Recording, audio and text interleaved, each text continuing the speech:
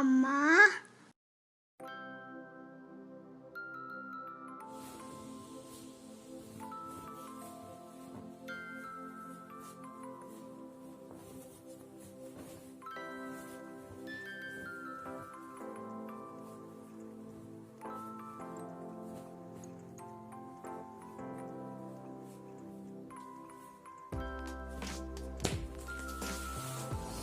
Hi friends, good afternoon. ఎలా ఉన్నారు మీరందరూ? నేనైతే ఇలా ఉన్నానండి. ఎందుకంటే చాలా ఎండలుగా ఉన్నాయి, అస్సలు అవ్వట్లేదు. అంటే బయటికి అయితే వెళ్ళలేకపోతా ఉన్నాం ఈ ఎండలకి. ఇప్పుడే మార్చ్ ఫస్ట్ వీక్లోను ఇలా ఉంది అంటే ఇంకా నాకు భయం అనిపిస్తూ ఉంది. ఇంకా ఏప్రిల్ మే వచ్చే లోపలికి ఇంకా ఎలా ఉంటుందో. అసలు బెంగళూరులో అయితే ఇంతకుముందు ఇలా ఉండేది కాదు, ఎప్పుడు చల్లగా ఉండేది. కానీ ఇప్పుడు చాలా చేంజ్ అయిపోయిందండి. ఇప్పుడు ఎండలు ఎక్కువ అయిపోయాయి పిల్లలకి. ఇప్పుడు ఎగ్జామ్స్ కదా, యశుకి అయితే ఆల్రెడీ స్టార్ట్ అయిపోయాయి. శ్రేయకి కూడా ఓరల్ అయితే స్టార్ట్ అయిపోయిందండి. యశుకి ఇంకా కొన్ని ఎగ్జామ్స్ ఉన్నాయి, అంటే వాడికి మధ్య మధ్యలో చాలా హాలిడేస్ ఉన్నాయి. యశు శ్రేయు ఇద్దరు స్కూళ్ళల్లో కూడా ఇప్పుడు పియు వాళ్ళకి 10th స్టాండర్డ్ వాళ్ళకి ఎగ్జామ్స్ కండక్ట్ చేస్తున్నారు. వీళ్ళ స్కూల్లో సెంటర్ ఇదే అయింది కాబట్టి వాళ్ళకి ఎగ్జామ్ ఉన్న రోజుల్లో వీళ్ళకి హాలిడే, వాళ్ళకి హాలిడే రోజు వీళ్ళకి ఎగ్జామ్స్. ఇలా ఉండబట్టి నాకు మధ్య మధ్యలో చాలా హాలిడేస్ వస్తున్నాయి. చూడండి, మీతో మాట్లాడుతున్నా కూడా స్వెటింగ్ చూడండి, అస్సలు అవ్వట్లేదు. ఇప్పుడు టైం వచ్చి 3:30 అయింది. బయట చాలా ఎండగా ఉంది. మార్నింగ్ బట్టలు ఆరేస్తాను. ఈ మధ్య నేను చాలా తొందరగానే ఆరేస్తా ఉన్నాను, ఎందుకంటే కొంచెం లేట్ అయిపోయినా కూడా ఎండ చాలా మార్నింగ్ 8 o'clock స్టార్ట్ అయిపోతుంది. కాబట్టి ఇప్పుడు పిల్లలకి ఎక్కువ లంచ్ బాక్సులు కూడా నేను చేయాల్సిన అవసరం రావట్లేదు. యశుకి అయితే అవసరం లేదు, శ్రేయకు ఒక్కడికే. అది వాడికి చాలా హాలిడేస్ ఉన్నాయి కదా, కాబట్టి వాడికి స్కూల్ ఉన్నడైనా మిగతా రోజుల్లో అయితే నేను చాలా తొందరగా ఆరేస్తున్నాను. ఎందుకంటే అంత భయం అనిపిస్తూ ఉంది ఎండలకి. ఇంకా ఒక 15 daysకి ఇంకా ఎగ్జామ్స్ ఫినిష్ అయిపోతాయి పిల్లలకి. ఇంకా హాలిడేస్ అండి, ఇక కొంచెం అప్పుడు రిలాక్స్ అవ్వచ్చు. మీరు ఎలా ఉన్నారు? మీ పిల్లలు ఎలా రాస్తున్నారు ఎగ్జామ్స్? బాగా రాస్తున్నారా? అసలు కిచెన్లోకి వెళ్ళాలంటేనే భయం అనిపిస్తూ ఉంది. అంత అంటే నార్మల్ డేస్లో అనిపించదు. మనం ఎంతసేపు అయినా కిచెన్లో స్పెండ్ చేయొచ్చు, కానీ ఈ సమ్మర్లో ఒక హాఫ్ అన్ అవర్ అయినా కంటిన్యూస్గా కిచెన్లో ఉన్నాము అంటే అస్సలు కావట్లేదు. అంత స్వెటింగ్ అయిపోతూ ఉంది.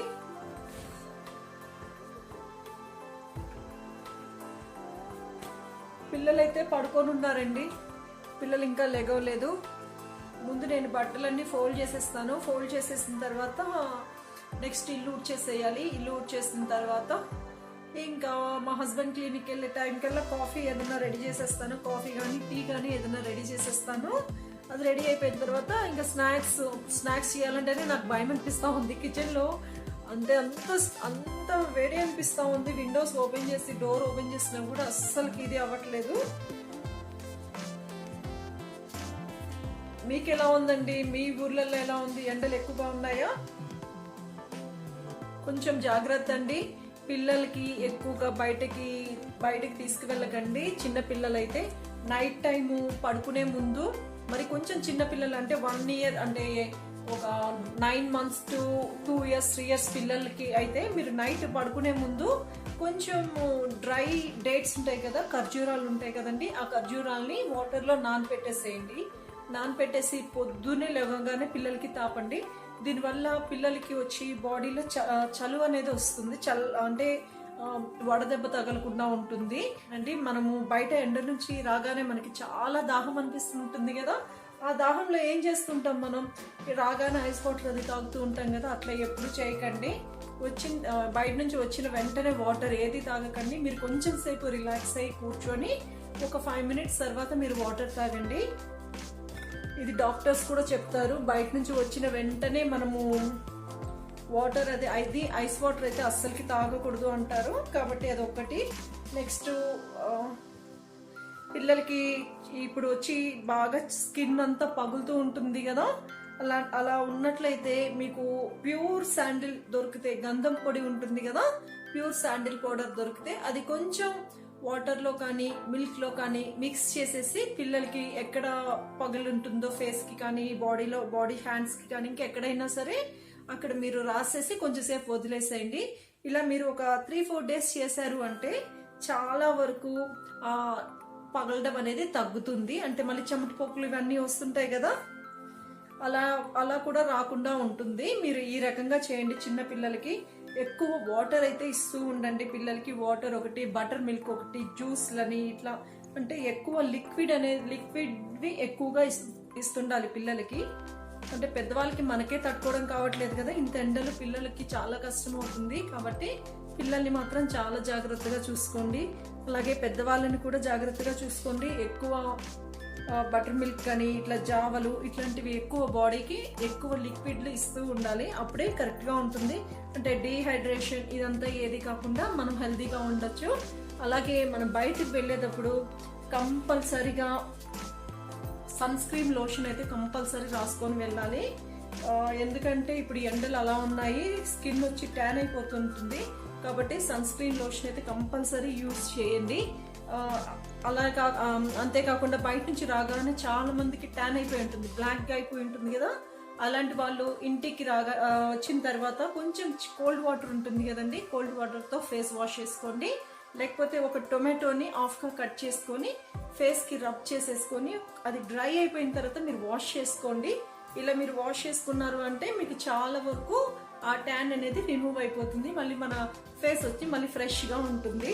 ఈ కొంచెం స్మాల్ టిప్స్ ఇవన్నీ కూడా మనం ఫాలో అవుతూ ఉన్నామంటే సమ్మర్ని మనం హ్యాపీగా ఎంజాయ్ చేయొచ్చు. ఫస్ట్ నేను ఈ బట్టలన్నీ ఫోల్డ్ చేసేస్తానండి. ఫోల్డ్ చేసిన తర్వాత మళ్ళీ నేను మీతో మాట్లాడతాను.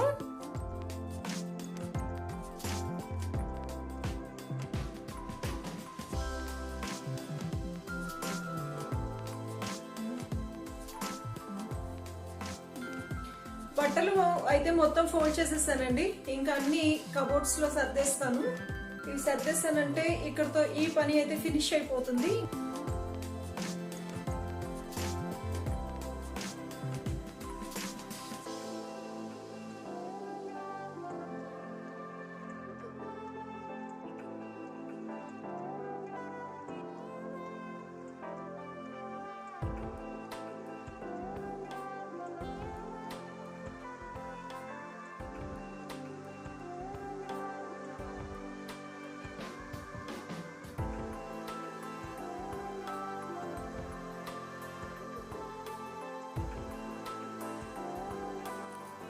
ఇప్పుడు టీ పెడుతున్నానండి.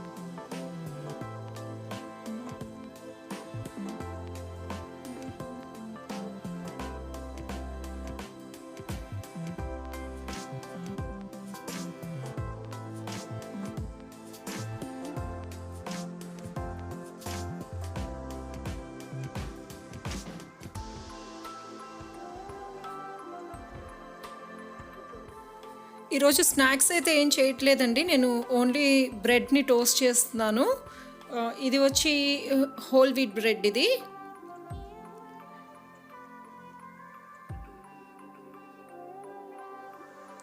ఈరోజు ఈవినింగ్ టీకి కాంబినేషన్గా అయితే నేను బ్రెడ్ ఒక్కటే టోస్ట్ చేశాను.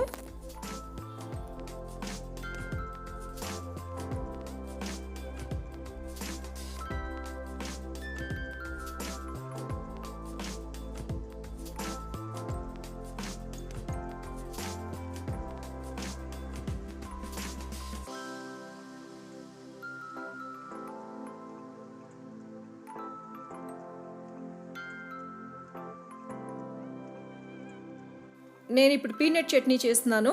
పీనట్ చట్నీ కోసం నేను ఫస్ట్ పీనట్స్ని, గ్రీన్ చిల్లీస్ని, గార్లిక్ని ఈ మూడింటిని బాగా ఫ్రై చేసుకోవాలి. మీరు కొంచెం కారంని ఇష్టపడే వాళ్ళైతే కొంచెం గ్రీన్ చిల్లీస్ని ఎక్కువ వేసుకోవచ్చు. నేను కొంచెం తక్కువే వేసుకున్నానండి. ఇవన్నీ కూడా మనం బాగా ఫ్రై చేసుకోవాలి. చూడండి బాగా ఫ్రై అయిపోయాయి కదా. ఇప్పుడు స్టవ్ ఆఫ్ చేసుకొని ఇవన్నీ కూడా మనం చల్లగా అయ్యేంత వరకు వెయిట్ చేయాలి. ఫస్ట్ నేను పచ్చి కొబ్బరిని గ్రైండ్ చేసుకుంటాను. మనం మొత్తం కలిపి వేసి గ్రైండ్ చేసామంటే పచ్చి కొబ్బరి తొందరగా మెదగదు. కాబట్టి మనం ఫస్ట్ పచ్చి కొబ్బరిని ఈ ముందు గ్రైండ్ చేసుకోవాలి. తర్వాత మిగిలినవి మనం ముందుగా ఫ్రై చేసి పెట్టుకున్న పీనట్స్ ఇవన్నీ ఉన్నాయి కదండి, అవన్నీ వేసుకోవాలి. నేను చింతపండుని ఆల్రెడీ నానబెట్టి పెట్టుకున్నాను. ఆ చింతపండు వేసుకున్నాను. అలాగే టేస్ట్కి సరిపడినంత సాల్ట్ వేసుకున్నాను. కొంచెం వాటర్ వేసుకున్నాను. ఇప్పుడు దీన్ని మళ్ళీ మనం గ్రైండ్ చేసుకోవాలి. చూడండి నేను గ్రైండ్ చేసేసుకున్నాను. మన పీనట్ చట్నీ అయితే రెడీ అయిపోయింది. ఈరోజు అయితే నేను తాలింపు ఏమీ వేయటం లేదు. మీకు కావాలి అంటే తాలింపు వేసుకోవచ్చు. నేనైతే ఏం వేయట్లేదండి. ఇప్పుడు ఈ పీనట్ చట్నీ కోసం నేను ఇప్పుడు రవ్వ దోశ చేద్దాం అనుకుంటున్నాను. ఈ రవ్వ దోశని ఎలా చేసుకోవచ్చో చూపిస్తాను. ముందుగా మనం ఒక బౌల్ తీసుకోవాలి. అందులో 1 కప్ బొంబాయి రవ్వ వేసుకోవాలి. అలాగే 1 కప్ రైస్ ఫ్లోర్ వేసుకోవాలి. బియ్య పిండి వేసుకోవాలి. 1/4 కప్పు మైదా వేసుకోవాలి.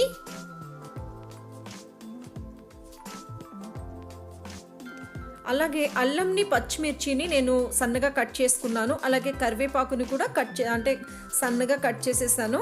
ఇప్పుడు ఇవన్నీ వేసుకోవాలి. ఇప్పుడు ఇందులో నేను 1 స్పూన్ జీరా వేస్తున్నాను. సరిపడినంత సాల్ట్ వేస్తున్నాను.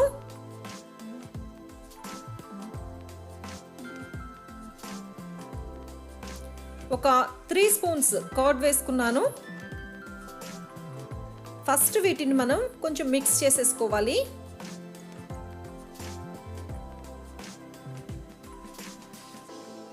ఇప్పుడు ఇందులో మనం వాటర్ వేసుకోవాలి. రవ్వ దోశ అంటే ఆ బ్యాటర్ వచ్చి కొంచెం లూజ్గానే ఉంటుందండి, అంటే వాటరీగానే ఉంటుంది. కాబట్టి కొంచెం వాటర్ అనేది ఎక్కువే పడుతుంది. చూడండి మనం ఈ కన్సిస్టెన్సీలో వేసుకోవాలి. నాకు ఇంకా కొంచెం వాటర్ పడుతుంది అనిపిస్తుంది. మీరు కావాలి అంటే కొంచెం కొరియాండర్ లీవ్స్, కొత్తిమీరని అలాగే ఆనియన్స్ని సన్నగా కట్ చేసి కూడా మీరు వేసుకోవచ్చు. ఇప్పుడు నేను బాగా మిక్స్ చేస్తున్నాను. ఇప్పుడు దీనిని మనం ఒక 1/2 అవర్ అయినా మనం నానబెట్టాలండి. మూత పెట్టేసుకొని ఒక సైడ్కి పెట్టేసుకోవాలి. 1/2 అవర్ అయిందండి. ఇప్పుడు నేను మూత తీసేసి ఒకసారి మొత్తం కూడా బాగా మిక్స్ చేసేస్తాను.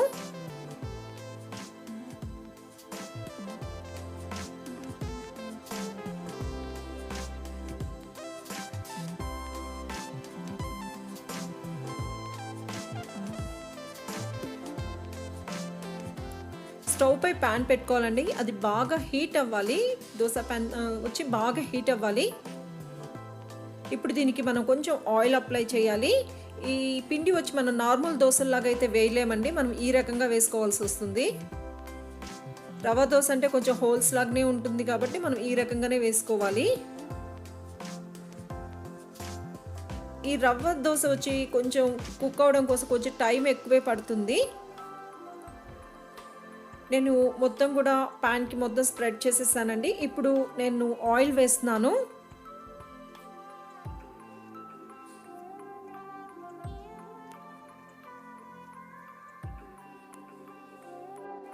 చూడండి దోశ మొత్తం కూడా ఫ్రై అయిపోయింది కదా. మీకు కావాలంటే సెకండ్ సైడ్ కూడా టర్న్ చేసి ఫ్రై చేసేసుకోవచ్చు. కాకపోతే నేను 1 సైడ్కే నేను చేస్తున్నాను. నేను ఇప్పుడు ఇంకొక దోశ వేస్తున్నాను. ఇది మనం నార్మల్ దోశలాగైతే వేయడానికైతే రాదండి. కొంచెం అంటే మనం వేసే కొద్దీ మనకి అలవాటు అవుతుంది. ఎక్స్పీరియన్స్ అయిందంటే మనం ఈజీగా వేసేయచ్చు.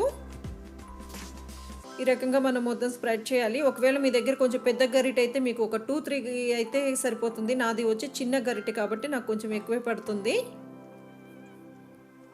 చూడండి నేను ఈ రకంగా మొత్తం వేసేసాను.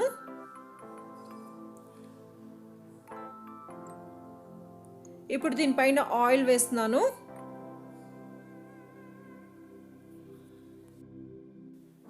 దోశ రెడీ అయిపోయిందండి. ఇప్పుడు నేను ఫోల్డ్ చేసేస్తున్నాను.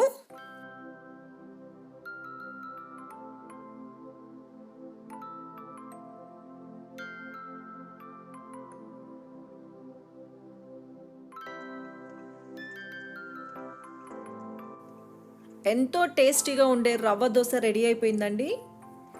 ఈ రవ్వ దోశకి కాంబినేషన్గా అంటే చట్నీ బాగుంటుంది, అలాగే వెజిటబుల్ కుర్మా కూడా బాగుంటుంది. మీరు కూడా ఒకసారి తప్పకుండా ట్రై చేయండి. ట్రై చేసి టేస్ట్ ఎలా ఉంది అనేది నా కమెంట్ సెక్షన్లో మెన్షన్ చేయండి.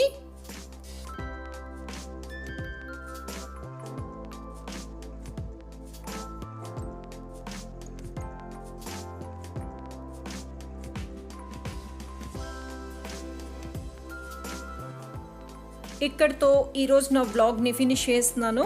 ఈ వీడియో మీకు నచ్చిందనే అనుకుంటున్నాను. ఈ వీడియో కనుక మీకు నచ్చినట్లయితే నా వీడియోని లైక్ చేయండి, షేర్ చేయండి, కామెంట్ చేయండి. ఫస్ట్ టైం ఎవరైనా నా ఛానల్ని చూస్తున్న వాళ్ళు ఉంటే తప్పకుండా సబ్స్క్రైబ్ చేసుకోండి. పక్కనున్న బెల్ ఐకాన్ని యాక్టివేట్ చేయండి. Thanks for watching.